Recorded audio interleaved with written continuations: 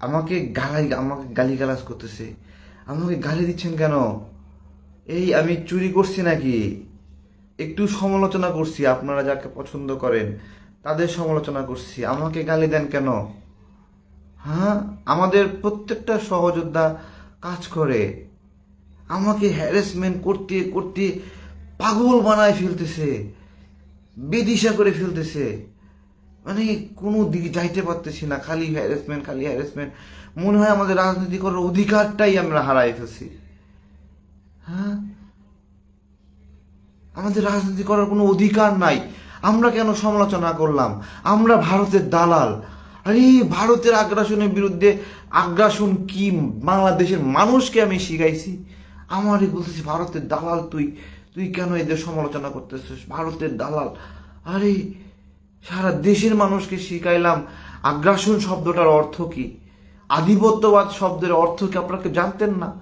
শিখাইছি, আমিও শিখছি, আমাদের উস্তাদদের কাছ থেকে শিখছি, আব্দুল হাই স্যারের কাছ থেকে শিখছি, রনি ভাইয়ের কাছ থেকে শিখছি, আরো অনেকের কাছ থেকে শিখছি।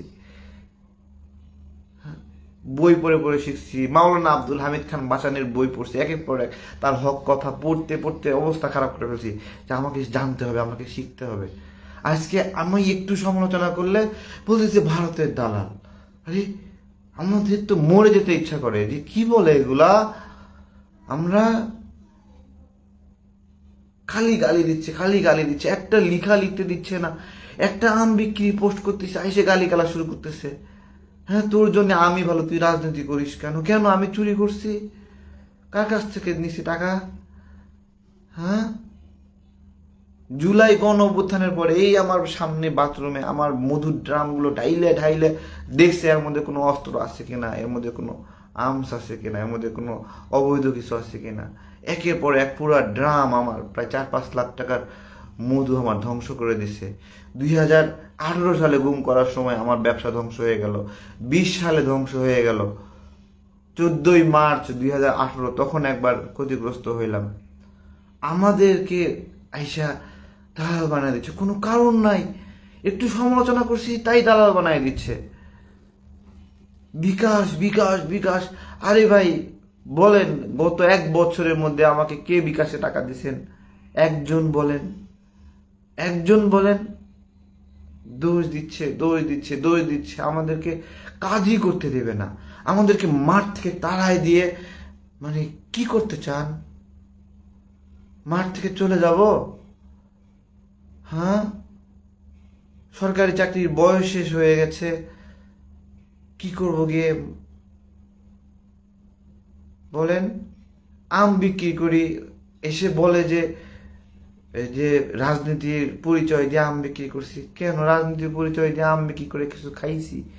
খুব ক্ষতি হয়েছে আপনাদের? হ্যাঁ বলেন।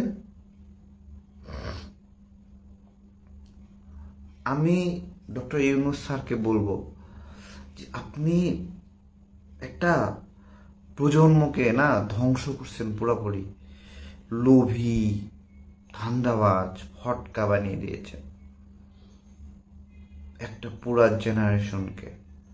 আপনি গণ অভ্যুত্থানের কে কে আপনি গণ অভ্যুত্থানের, আপনি কোথা থেকে আসলেন? এসে আমরা সবাই মিলে লড়াই করলাম, শিবিরের ভাইরা কত কষ্ট করছে, ছাত্র দলের ভাইরা, শিবিরের ভাইরা, আমরা কত পেরেশানি, কত কষ্ট। ডক্টর ইউনূস স্যার আপনি কে?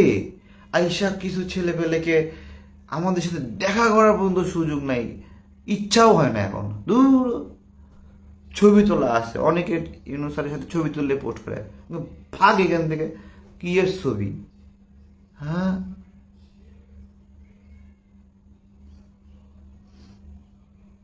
যখন যে পাচ্ছে ব্লেম দিচ্ছে, মিথ্যা মিথ্যা মিথ্যা দিয়ে। ইলিয়াস ভাই পোস্ট দিয়ে দিল আমাদের এক এক কারা নিপীড়িত বোনকে মামলার জন্য চেষ্টা করছি। আজকেও আসিফ নজরুল স্যারের সাথে যোগাযোগ করছি, স্যার আমাদের বোনটার মামলা থেকে ইয়ে করে দেন। 11টা মামলা শেখ হাসিনার সময়, ওইটা নিয়ে ছড়াই দিছে, আমরা 60 লাখ টাকা দিছি, কোনো অবৈধ পয়সায় কখনো হাত দিলাম না, ছড়াই দিছে। ইলিয়াস ভাই পোস্ট ডিলিট করছেন কেন ভাই? পোস্ট ডিলিট করছেন কেন? হ্যাঁ, প্রমাণ দেননি কেন? এইভাবে আমাদের ধ্বংস করার সব চেষ্টা, সব আঞ্জাম, সব সব ধ্বংস করে দেওয়ার সব চেষ্টা। হ্যাঁ, পয়েন্ট টু পয়েন্ট ভুল ধরেন না, ভুল ধরেন।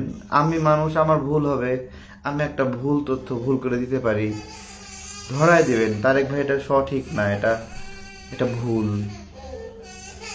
আসেন, চ্যালেঞ্জ করেন। ভালো থাকবেন সবাই।